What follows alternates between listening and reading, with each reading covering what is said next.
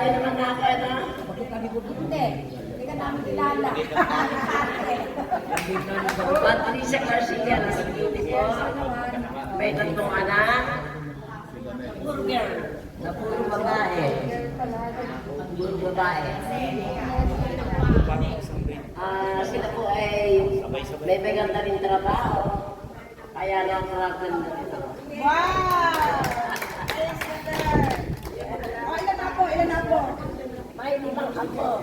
5 po, okay. Oh, si Santiago Panes. Si Ago.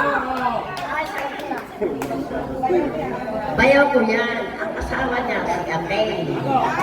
Yes! Santiago! Sunod ka rito, liga.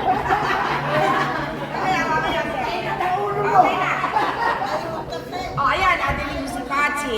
Susunod natin yung kumari kong Vicky. Kaya kung kumari yan, yung panganay ko, inaanak niya. Kasi mula nung tayo elementary, hanggang high school, di ba tapat lang bahay namin? Doon. So, ayan. Nakalimutan niyo yung magiging aso pusa niyo. Ay, yes, yes. Hindi na po ito namin. Si Victoria Sabat. Pareho kaming taga-Sa Leonardo dati. Ako dati. Siya dati. Ako sa Leonardo. So, nung 18 years old ako, nung kami umalis dito dahil sa isang problema Pamilya. Kaya kami nauwi ng San Leonardo. So doon ako mag-asawa, nagkaroon ako ng 3 anak na babae. Ngayon, ang tanging kayamanan namin. Masasabi kong kayamanan namin. Dahil hindi ko natupad sa sarili ko pagpapag sa mga anak. Kaya, thank God. Sa mga pagsubok na yun. Tapos meron akong 4 na apo. And then yung panganay ko, medyo atong junior.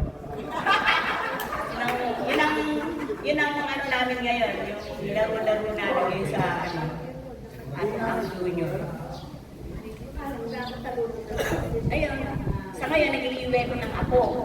He is 3 years old na malikot. Kaya pag may pasok, yung mga chat-chat nyo, nababasa ko yun. Inaagaw ko yung cellphones dun sa apo ko.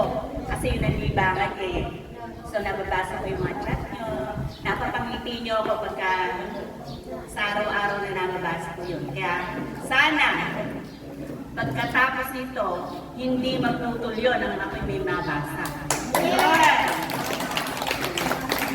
Napapangiti nyo ako. Yun lang ay share ko sa ngayon. Okay, Mariko. Ako nga pala, 4 yung apo ko. Kasi maaga ako nag-asawa. Diyos ko, ano na yata? Pag na 90. Yung panganay ko 46 na ngayon magpo-46. Tapos yung, ito ngayon bunso ko, kasama ko din dati sa Amerika, na inip-uwi na. Ang apo ko, isang nurse. Ako, mga dalaga na, magkakantag pa sa akin. Okay, yun yung dagdag ko. Okay, susunod natin. Si Erlinda San Jose. Alam mo ha? Hindi ko na nakilala. Di ba? Erlinda San Jose? Oh, Erlinda San Jose. Bok Rizal. Oh, di ba? Erlinda, na umaga sa inyong lahat. May anak ako, 3 na anak ko, nadampa ko ng isa na babae. Kasi isa na yung babae ko. Ngayon, nakatira ako sa Baguio. Awalan Diyos, yung mga anak, nakatapos naman lahat. Yung bunso ko, ngayon, nag-aaral pa lang ngayon. Medtech, kinukuha. Wow! Nice. Ngayon, yung isa, yung isa, Ang galing! Wait. Di ba kanina pa tayo nag-umpisa? Nakikilala niyo ba naman? Naaalala na nga. Kasi pala yun. Di ba?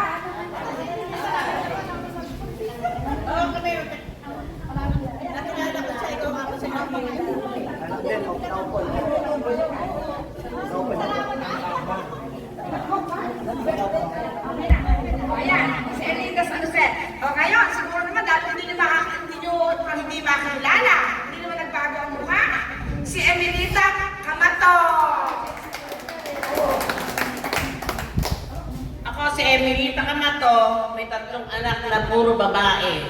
Nakatira sa barangay San Roque. Ang mister ko si Arthur Manja, pero wala na siya. Kaya punta. Ayan, si Embong. Tawagin natin sa, di ba, Embong? Si Embong.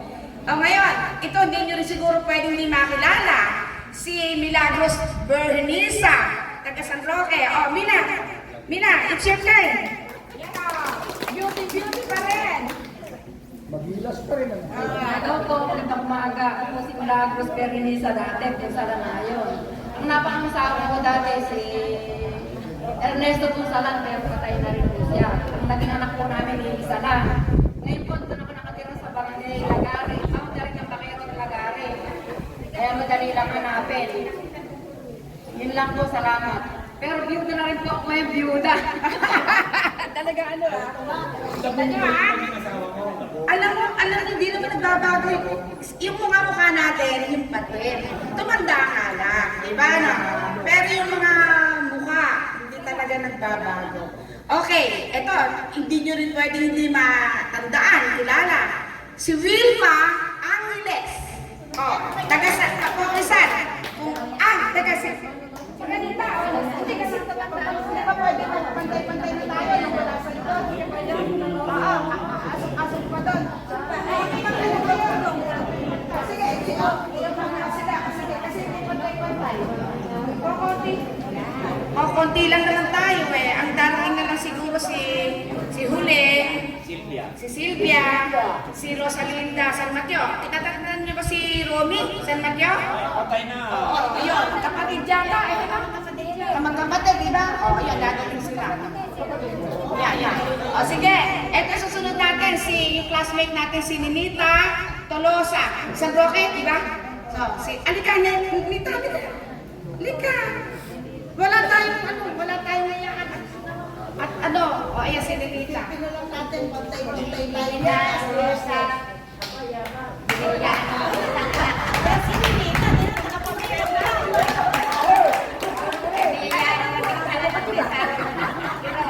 Wala na yung asawa mo ngayon.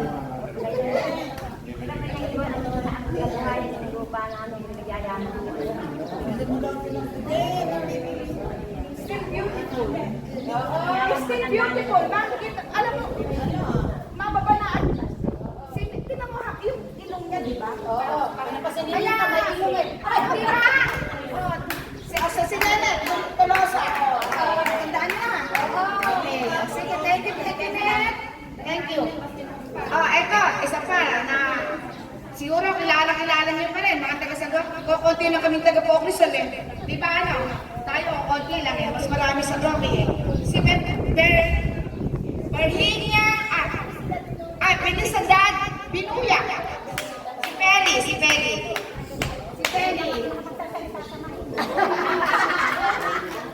Kokonti pa yan.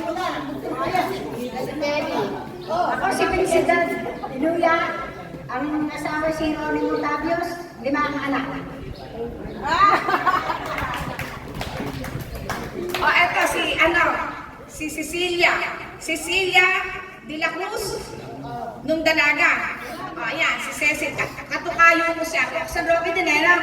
Ayan, si Cecil. Sige, magkwento ka. Kasi Cynthia de la Cruz, lumipas pa. Kasi sanay ako dito. Mahirap yung nakaganyan lang. Alam ko, di siyempre gagano ka naman. Kasi tayo hindi magkakaskela ng grade 6 eh. Wala nga eh. Nakaskela niya ako, grade 1, grade 2, grade 3. Kaya ayaw namin sana sumama. Sabi ng aking kumari, hindi raw ubra dahil magkakaskela talaga. Pero nakilala ko kayo lahat. Kilala ko kayo lahat kahit na may edad na tayo. Pero magkumulang lahat ang mga natin. Yan na lang ang aking sasabihin. Sige, salamat mga classmates. Ayan, si Cecilia. Ito na, si Wilma na. Halika na. Wilma Angeles. Anak ni Mamang Carling na Barbero. Natatandaan niyo. Yung naggugupit ng araw ng buhok. Wilma, halika na. Kaganda-ganda niya. Kaganda na. Tingnan niyo naman. Gandang-ganda naman ang aking away na rin. Sige. Ay, si Wilma, Emotional siya. Sabi ko kay Wilma, nakalabas na ako eh. Masaya, di ba? Nakakaiyak talaga. Hindi na nakita-kita mo tayo. Oh, sige na, pakilala ka na. Saan ka ngayon? Video call kami. Si Wilma Angeles. Tapos taas ko na rin watch. Nakakaiyak naman. Kahit si cellphone eh.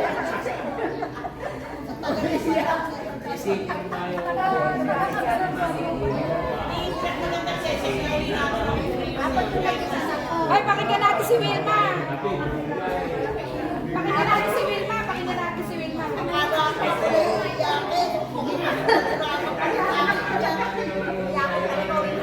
Apat yung nagkakalaga. Oh, hindi nituloy natin eh. Apat daw yung anak niya. She's so emotional. Hindi talaga naman, di ba? Ano talaga dahil nakita-kita pa tayo, di ba? Isipin mo naman eh, yung ating eskwela, wala naman ito dati. Ay, tanda-tanda ko eh. Meron pa tayong ginagarden-garden dyan. Tapos itong side na to yun, dyan yung HE natin at saka yung industrial Mr. Bahardo, di ba? Tapos may CR tayo nag-iisa doon. May poso na pagka umuulan eh, may maraming kitikite. Di ba na? Tapos yung garden natin, platahan yun. Pagka Biyernes, eto. Kung natatandaan nyo, pag Biyernes, nagdadala tayo ng pang-isis. Pakiling. Kanya-kanya linis ng kupuhan, di ba? Nagdadala ng basahan. Eto na. Ito naman mga boys na rin, dahil magkakutulit, tinatalo ko yung mga girls. Sige na. Okay na. Okay na nga ron. Ito na, ang susunod natin si Honorata Makalinaw. San Roque siya, San Roque. Si Honorata. Si Nori. Ako si Honorata Makalinaw, kalawasan na ngayon. Nag-iisa akong anak. Oh yeah, I know. Only daughter. Isa akong anak. Ayun, nag-asawa ako magkalosa. Marami kasi ang kanang kalosa. Kaya ngayon, 5 ang ginawa kong anak. Bumawi. Bumawi ako, lalo na sa apo. Nabigisa na yung apo ko. Thank you. Ayan. Natatandaan ko, Nori, di ba tatay mo nagta-tricycle? Tapos di ba katabi mo ng bahay sila Yolanda Pasis? Okay. Susunod natin si Catalina Corpus, yung ating pinaka-cute. Taga-officer din, Catalina Corpus.